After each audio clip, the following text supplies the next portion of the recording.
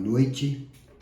Hoje nós vamos dar continuidade ao nosso curso OAB Explicada, que tem como finalidade trazer para o aluno, para a aluna, o acadêmico, o candidato ao exame da ordem, aquelas informações muito importantes, dicas importantes, para que no dia da prova o aluno, a aluna, o acadêmico e o candidato possam fazer a prova com muita tranquilidade. Nossa prova já está marcada para o próximo mês, então já é hora de fazer aquelas revisões e, claro, assistindo às nossas aulas, porque nós estamos aqui para ajudar. Hoje a nossa disciplina será Direito Processual Civil. Direito Processual Civil é a norma mater. Como o direito processual civil, em prática, o advogado, que é você futuramente, se Deus quiser, porque você vai ser um advogado, você vai estar aqui conosco, junto comigo, trabalhando os processos, as demandas. E o direito processual civil, ele é a norma mater. O que significa dizer? Que você precisa dos requisitos da petição inicial para fazer as petições. Olha que legal! Artigo 319, 320, 321 são requisitos básicos, basilares, estruturantes. Então vamos dar uma atenção muito especial para essa disciplina, porque esta disciplina ela vem coroar, é isso? Ela vem coroar com as outras disciplinas, porque o meu aluno e a minha aluna sabem que o direito, a ciência jurídica, todos os ramos do direito, eles se intercalam. É por isso que nós chamamos interdisciplinar. O que é interdisciplinares? Porque o direito civil, ele se complementa com o constitucional se complementa com o civil, com o tributário, com o ambiental, enfim, com o eleitoral. É uma coisa espetacular. Você que está aí batalhando, como eu batalhei, a gente entende que a gente está se cansando. Mas, pelo contrário, quando você estiver no exercício da advocacia, inicia um novo ciclo de estudos. Por quê? Porque as demandas irão aparecer, com certeza, e são demandas diversas, onde você vai buscar, nas nossas aulas, o conhecimento e o aprendizado para colocar, no caso concreto, as suas demandas com os nossos ensinamentos. Então, nós vamos hoje iniciar, as nossas aulas são de 40 minutos, mas eu vou tentar fazer uma matéria bem tranquila, para que o nosso aluno não se canse, que seja prazeroso as nossas aulas, não sejam aquelas aulas, vamos dizer, de terror, tremor. Não, as nossas aulas, elas têm como cunho, objetivo, de levar para o aluno aquilo que cai na prova, que é o que você precisa saber. Aquilo que a banca FGV cobra do aluno, cobra do candidato, cobra do acadêmico. Então, nós vamos, então, começar a nossa direito processual civil, falando como tema, primeiro, as suas normas fundamentais do processo civil. Como nós sabemos, o Código de Processo Civil, quando ele foi sancionado, quando ele foi publicado no Diário Oficial, isso por volta do ano 2015, entrando em vigor no ano seguinte, porque teve a vacatio legis, nós já falamos aqui, o que é vacatio legis, o Código de Processo Civil, eu vou chamar o novo Código porque nós tínhamos, até este ano, 2015, nós tínhamos a lei, que era a lei 6.000, não, aliás, era a lei 5.869 de 1973. Então, esse Código de 73, ele foi bem direcionado, ele foi bem estruturado, ele preparou caminho ou caminhos para o novo Código de Processo Civil do ano de 2015. O Código antigo, ele foi revogado por este Código, por esta lei. Qual é esta lei? É a Lei 13.105, que nós chamamos, eu gosto de chamar, o novo Código de Processo Civil. Então, dentro do primeiro tópico, nós temos a constitucionalização do processo civil. O que isso quer dizer? Que o Código Civil, o Código de Processo Civil, ele teve a sua vigência já na égide da Constituição Federal de 1988. Então, o Código antigo, Código de 73, tinha alguns resquícios que a Constituição Federal ela não recepcionava, mas alguns artigos, alguns preceitos, nós vamos ver que o novo Código de Processo Civil de 2015 repetiu nas suas entrelinhas. Por quê? Porque o legislador ordinário, quem é o legislador ordinário? É o deputado federal, é a casa reunida com o Senado para elaborarem essas leis ordinárias, que no caso é o Código de Processo Civil. Então, essa constitucionalização, ela tem como objetivo, ela tem como escopo, que o novo Código de Processo Civil, quando ele entrou em vigor, ele teve que se adequar à Constituição Federal de 1988, que é uma Constituição democrática, que é uma Constituição cidadã, que é uma Constituição que tem como bojo as suas cláusulas pétreas. Dentre as cláusulas pétreas, nós temos os direitos e garantias fundamentais. Olha que coisa legal.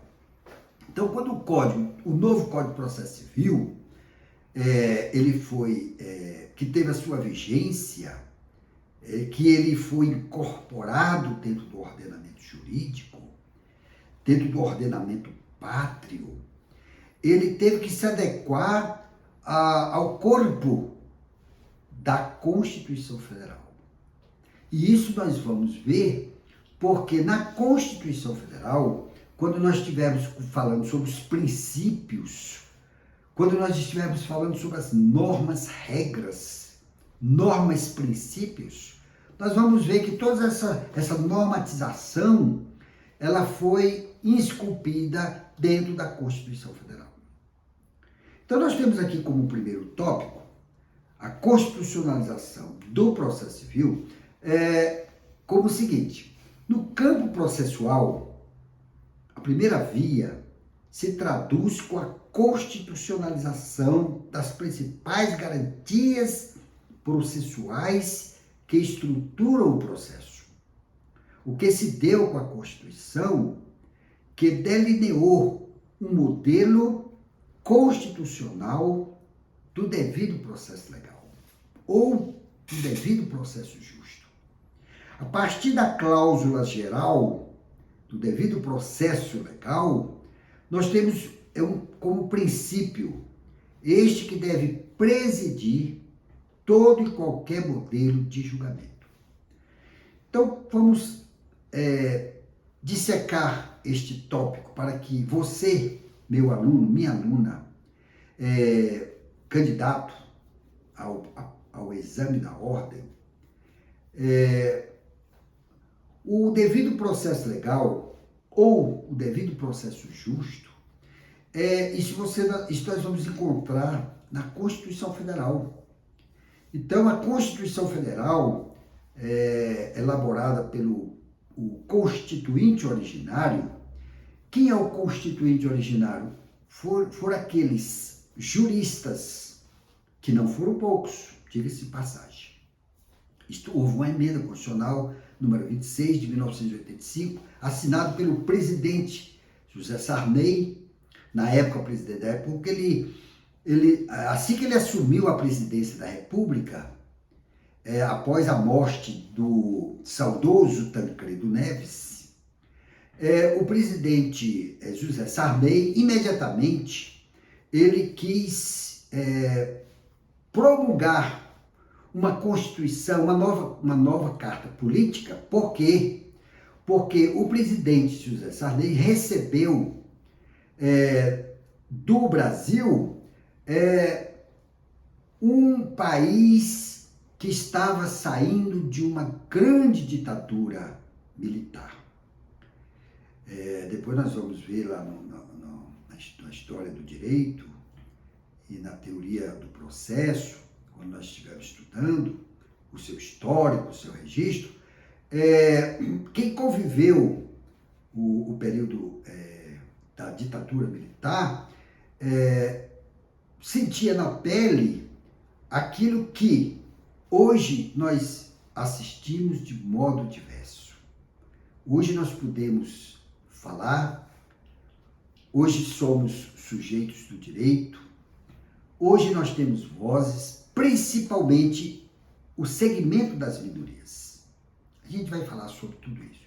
Então, o processo, o devido processo legal ou o devido processo justo, ele vem justamente dar garantia àquele que vai responder um processo, aquele que vai cumprir um rito processual, para que ele possa se defender. Defender de quê? Das acusações que eles são afetados. Então, o novo Código de Processo Civil, dentro desse contexto das garantias fundamentais ao cidadão, ele vem com esse objetivo de dar voz, que as partes do processo tenham paridade de armas. O que é paridade de armas?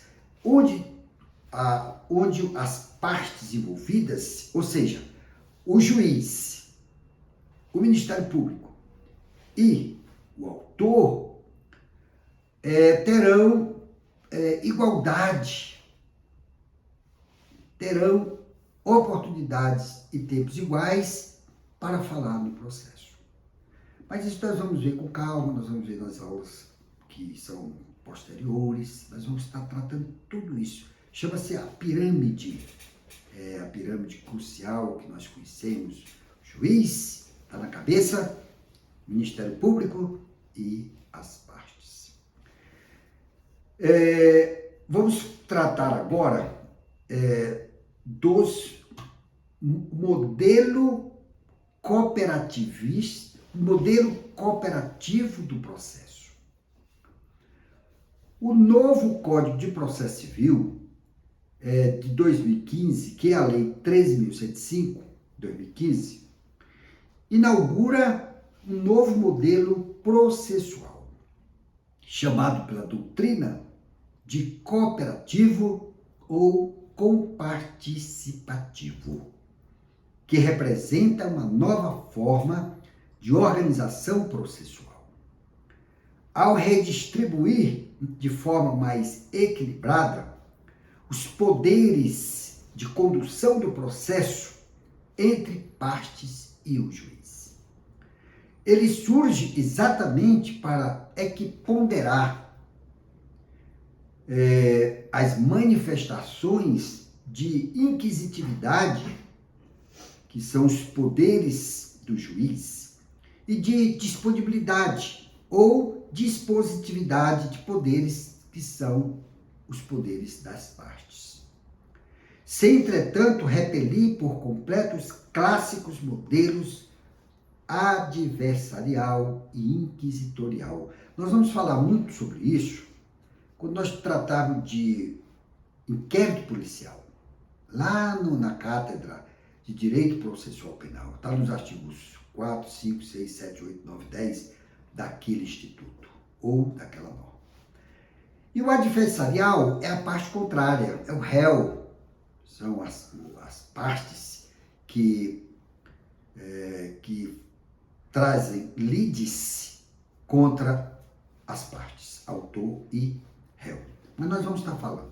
Nesse momento nós vamos estar falando sobre esse contexto, que é o modelo cooperativo. O que significa dizer isso?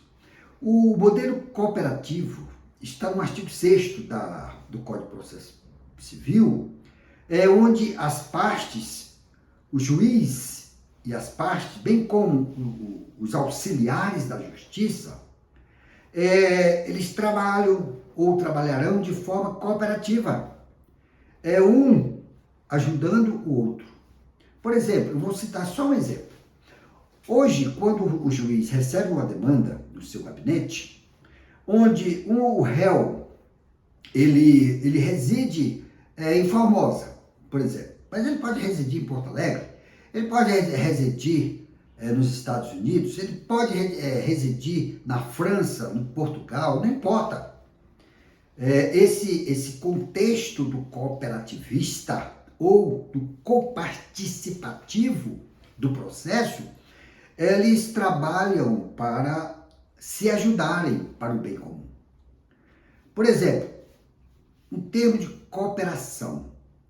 O juiz de Brasília, vamos supor, um juiz aqui de Águas Claras, por exemplo, recebe uma demanda de uma das partes e é sabedor de que o réu, ele reside em Formosa, Goiás. Um exemplo hipotético. Então, o que ele vai fazer? Ele é o juiz deprecante. Ele é o juiz deprecante. Depois nós vamos ver essas siglas, que é muito importante para o candidato saber, porque a prova da FGV, eu falei anteriormente, que as provas da FGV são provas científicas, são provas que não vêm com peguinhas, são provas bem elaboradas, e ela costuma, o examinador da banca, ele costuma trazer esses termos que o aluno precisa prestar muita atenção. Por quê? Porque na hora da prova, o aluno precisa estar muito bem familiarizado com esses termos. Por exemplo, vamos falar do caso concreto. O juiz aqui de Águas Claras precisa mandar uma citação para Formosa. Então, ele é o juízo deprecante. Mas por que juízo deprecante? Porque a lei assim quis chamar. E o juízo lá de Formosa é o juízo deprecado. Deprecado.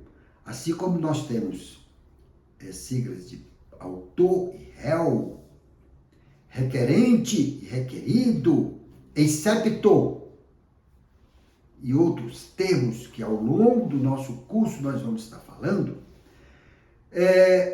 o juiz precisa desse compartilhamento, precisa dessa cooperação para que o processo possa seguir seu curso.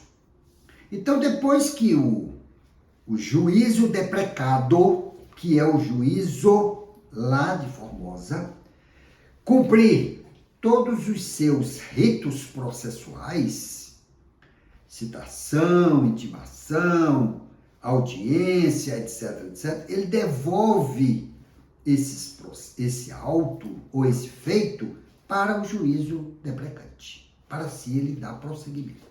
Então, essa cooperação, ela é feita entre os juízos, entre as suas entrâncias, entre as suas comarcas, entre os seus órgãos superiores, como o Superior Tribunal de Justiça, o Supremo Tribunal Federal, o Tribunal Superior Eleitoral, o Tribunal Superior do Trabalho, o Superior Tribunal Militar, e assim vai indo. Então, o importante é que no Código Antigo não tinha esse termo explícito da cooperação. Hoje está pacificado. Isso já está pacificado. Isso cai na prova, professor, ou a FGV, ela gosta, quando eu digo FGV, é a banca, tá?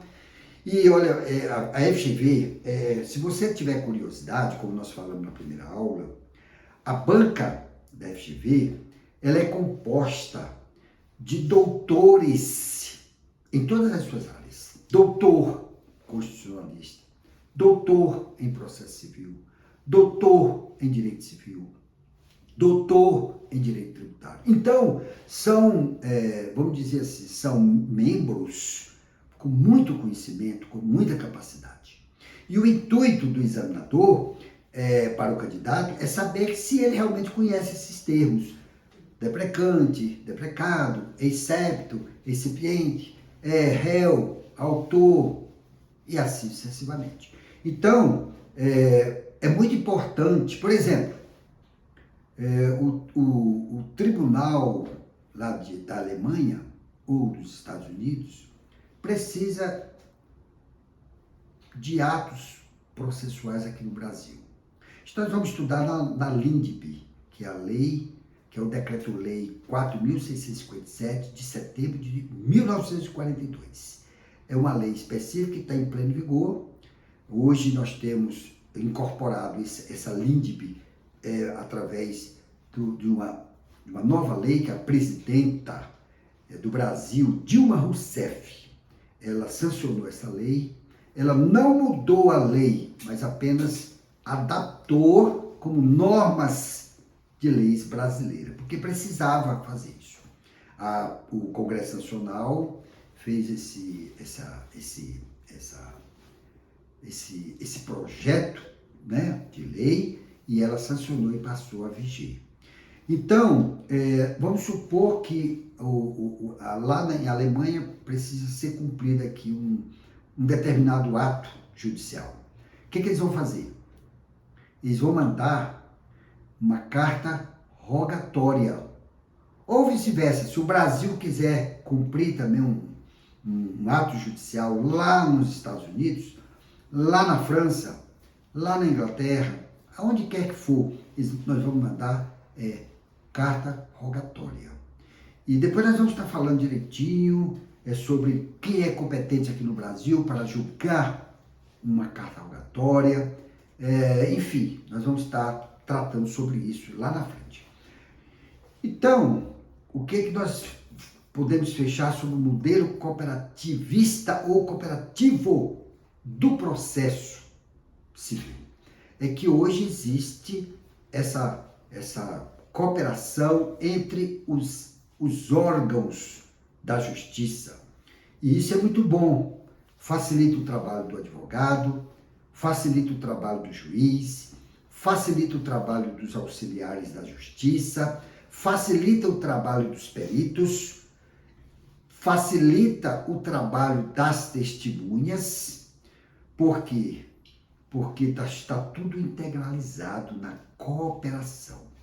Isso cai muito na prova da FGV. Anote no seu caderno, porque a FGV gosta de trazer um caso hipotético, mas um caso prático, onde na questão vai dizer claramente, ele vai trazer um casinho, né, um caso hipotético, uma situação como se fosse o cliente trazendo aqui no meu escritório, e ali ele vai dizer assim, quando o juiz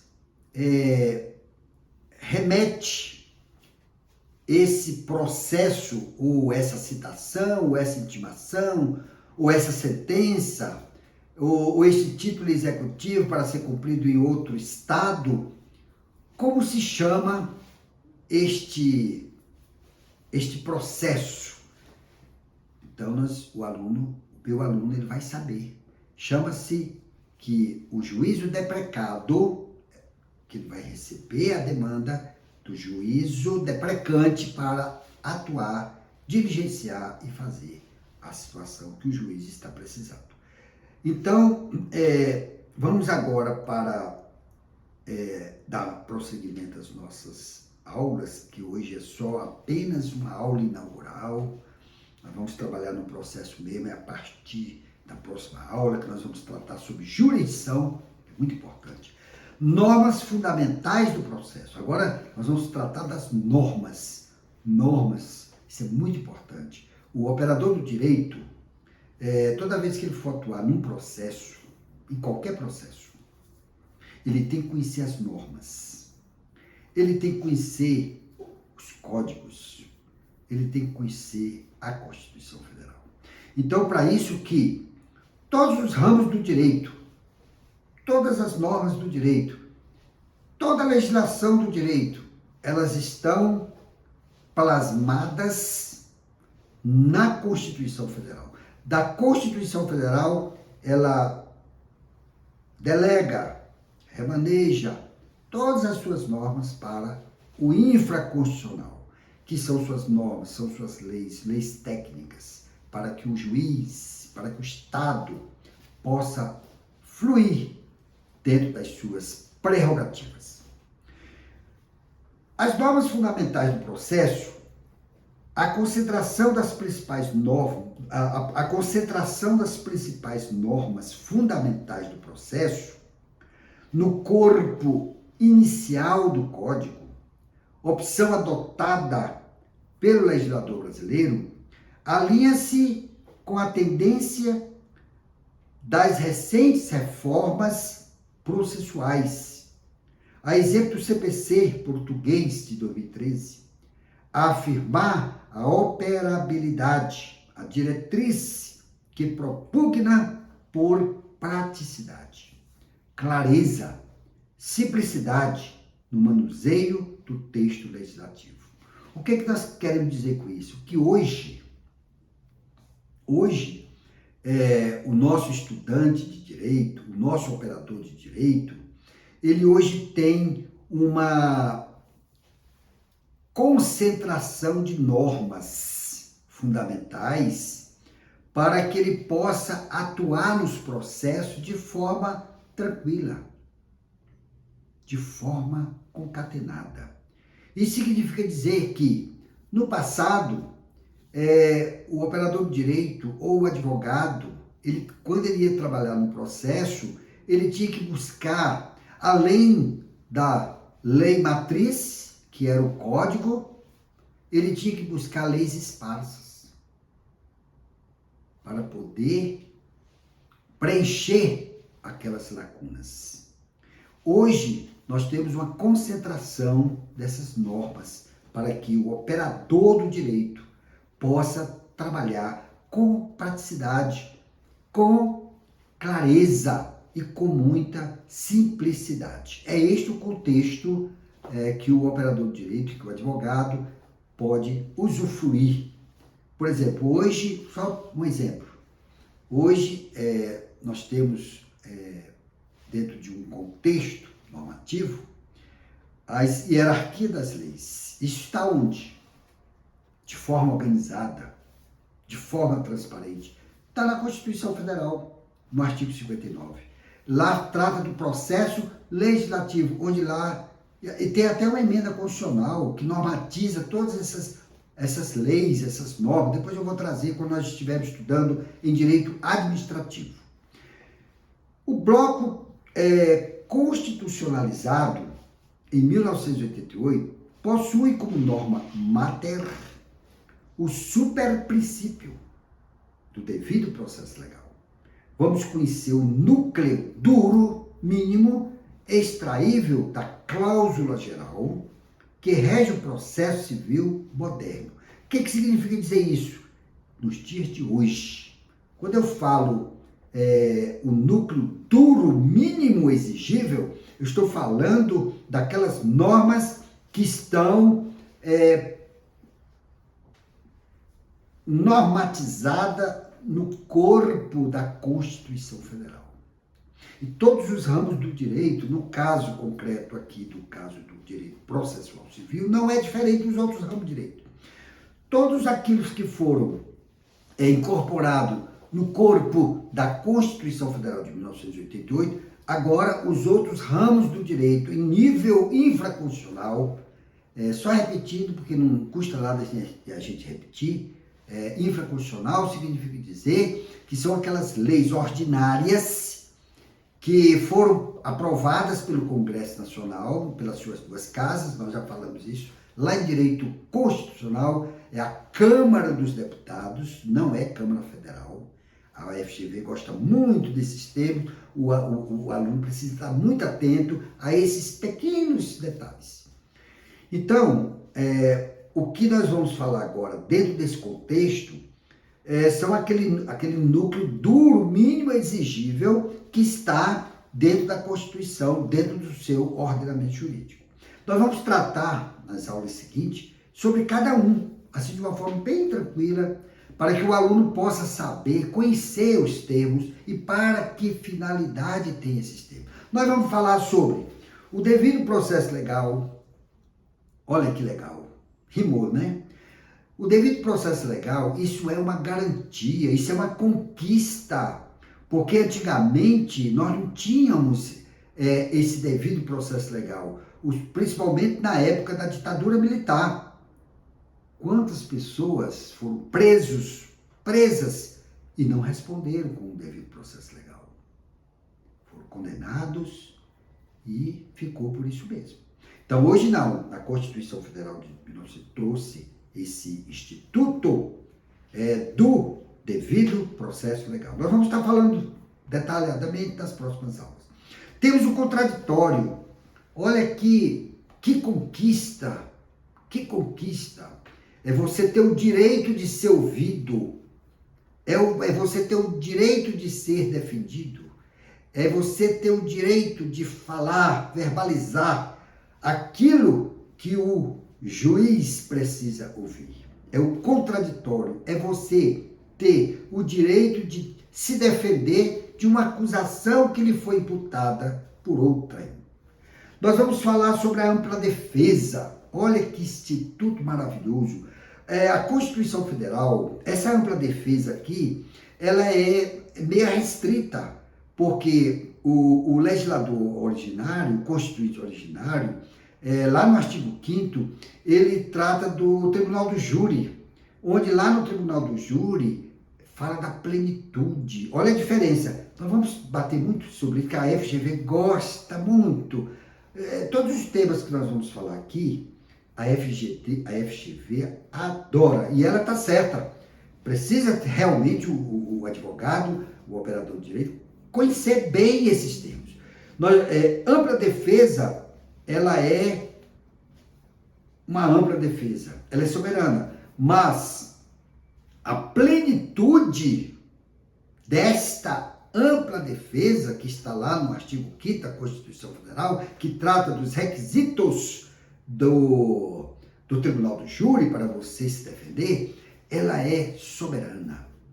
No Tribunal do Júri, servirá como prova. Olha que coisa maravilhosa. Talvez você não saiba isso, mas tudo bem, nós estamos aqui para rememorar o que nós aprendemos. Lá no Tribunal do Júri, por exemplo, como a plenitude de defesa é soberana, você pode até trazer como prova um pastor, um padre, uma pessoa que tem conotação com crenças afro. Então, lá no Tribunal do Júri é pleno, é soberano. Aqui nós vamos falar sobre a ampla defesa, que também é uma conquista, como eu digo. Foi uma conquista muito favorável, que foi incorporado no corpo da Constituição Federal de 1988. Nós vamos falar sobre a razoável duração do processo. Que coisa extraordinária. No passado, muitos processos eles eram prescritos. O que significa dizer? Então vamos ver isso. Está lá no artigo 75 do Código Penal, no artigo 107 do Código Penal, no artigo 109 do Código Penal. Aqueles crimes que iam para o juiz, mas o juiz, você sabe que ele é humano. Ele é humano. Então, e aqueles processos com grandes números de volumes, aqueles crimes bárbaros, hediondos, crimes cruéis, onde o juiz, para se debruçar com 200, 300 réus, era muito difícil. Então, hoje, nós temos garantido na Constituição Federal, está no artigo 5º, inciso 78, se não me falha a memória, tanto para o processo judicial como administrativo, o juiz hoje ele tem um tempo razoável do processo. Nós vamos tratar isso, nós vamos mitigar nas aulas seguintes, como é que é feito essa avaliação desse tempo durável. Existem vários fatores. Por exemplo, vou citar só uma. O número de testemunhas. Como é que um juiz vai avaliar cada testemunha? Vamos supor que tenha várias testemunhas e são vários réus no processo. Então, para cada caso é um caso, diferentemente quando tem só um réu. Então, essa razoável duração do processo, ela é subjetiva, ela não é uma coisa, está incorporado na Constituição Federal como uma meta, né? O Conselho Nacional de Justiça, depois nós vamos falar sobre o Conselho Nacional de Justiça, que é muito importante, está no artigo 103B, B de bola, da Constituição Federal. O Conselho Nacional de Justiça ele foi criado pela reforma do Judiciário, que é a Emenda Constitucional 45 de 2004.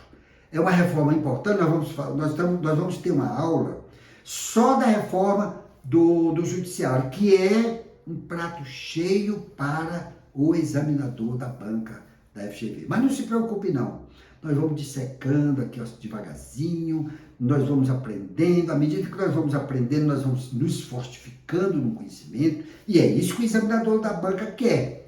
Ele não quer te prejudicar, mas ele quer que você conheça, e isso é muito legal.